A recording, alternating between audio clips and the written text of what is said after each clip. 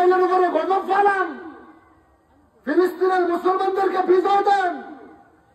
আপনার এই নাকে কান্দা এই অভিনয়ের দোয়া আল্লাহ কবুল করতো না। আজকে ঘরে বসে মসজিদের মধ্যে দাঁড়ায় আপনি কাঁদতেছেন, দোয়া করতেছেন, আল্লাহ ইসরায়েলের উপরে গজব ফালান, ফিলিস্তিনের মুসলমানদেরকে বিজয় দেন। আপনার এই নাকে কান্দা এই অভিনয়ের দোয়া আল্লাহ কবুল করতো না। এটা অভিনয় ছাড়ার কিচ্ছু না। আপনার আল্লাহর নির্দেশ অমান্য করেছেন। সারা দুনিয়ায় মাত্র 83 লক্ষ ইহুদি, মুসলমান আছে 250 কোটির উপরে। কত? 250 কোটি। কথা বলতে কত? মুসলমান 250 কোটি আর ইহুদি মাত্র 83 লক্ষ। সংখ্যায় কারা বেশি? মুসলমান। কথা বলে না কারা?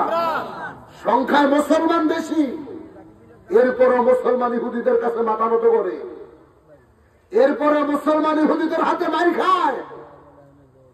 এর কারণ আল্লাহর কোরআন, আল্লাহ বলেছে ওয়াতাসিমু বিহাবলিল্লাহি জামিয়া ওয়ালা তাফাররাক, পরস্পর আলাদা হয়ো না, পরস্পর বিচ্ছিন্ন হয়ো না।